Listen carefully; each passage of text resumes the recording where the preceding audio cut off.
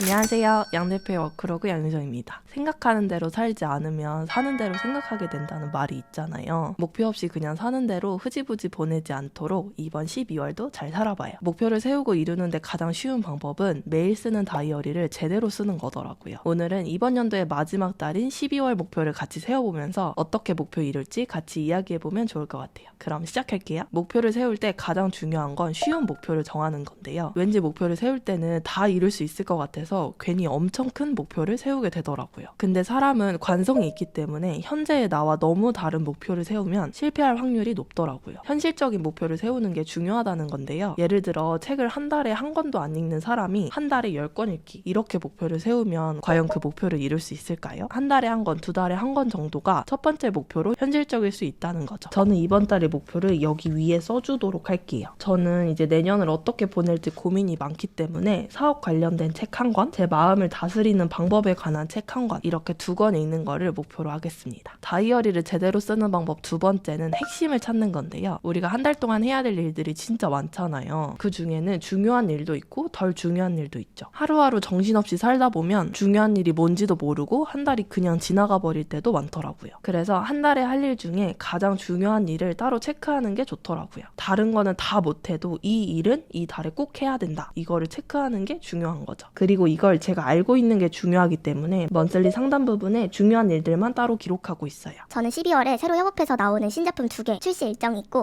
2025년에 제가 운영하는 브랜드 2개 계획 세우기가 있고 내년 1월에 나올 신제품 준비하는 일정. 이렇게 4가지가 가장 중요한 일입니다. 이거를 저는 우측 상단에 따로 적어주고요. 그 다음엔 이렇게 적어준 이달의 중요한 일정을 주차별로 나눠주는 일을 합니다. 큰 일을 작은 일로 쪼개야 일하기도 쉽고 언제 어떤 일을 해야 하는지 알기도 쉽기 때문에 제가 세운 12월의 목표를 4주에 쪼개서 적어주고요. 마지막으로 목표를 이루는 방법은 규칙을 만드는 건데요. 매일매일 다른 일을 하면 내가 적응도 안 되고 너무 헷갈리니까 내가 편하도록 나만의 규칙을 만드는 거예요. 이게 요즘에는 루틴을 만든다라고 표현을 하기도 하더라고요. 내가 이 요일, 이 시간에는 무조건 어떤 일을 할 건지를 정해놓으면 생각을 하지 않고 몸을 움직일 수 있어서 같은 일을 하는데 품이 훨씬 덜 들더라고요. 예를 들어 저는 월수금 저녁 8시부터 10시까지는 컨텐츠를 만드는 시간인데요. 이때는 다른 일이 아무리 많아도 컨텐츠를 만드는 데만 시간을 쓰는 거예요. 그리고 화목 저녁에는 운동, 필라테스를 가고요. 이런 식으로 컨텐츠 만들기나 운동처럼 꾸준히 해야 되는 거는 요일이나 시간을 정해두는 게 훨씬 좋더라고요. 오늘은 이 다이어리의 먼슬리를 보면서 목표를 제대로 세우는 방법에 대한 이야기를 해보았는데요. 정리해보자면 쉬운 목표 세우기, 핵심 찾기, 규칙 만들기입니다. 이것만 해보셔도 완전히 달라진 한 달을 보내실 수 있을 거예요. 그럼 남은 2024년도 알차게 보내시길 바라겠습니다. 제가 오늘 영상에 보여드린 이 다이어리는 더보기란에 링크 남겨둘게요. 지금까지 양대표의 워크로그 양정이었습니다. 그럼 우리는 다음 시간에 만나요. 안녕.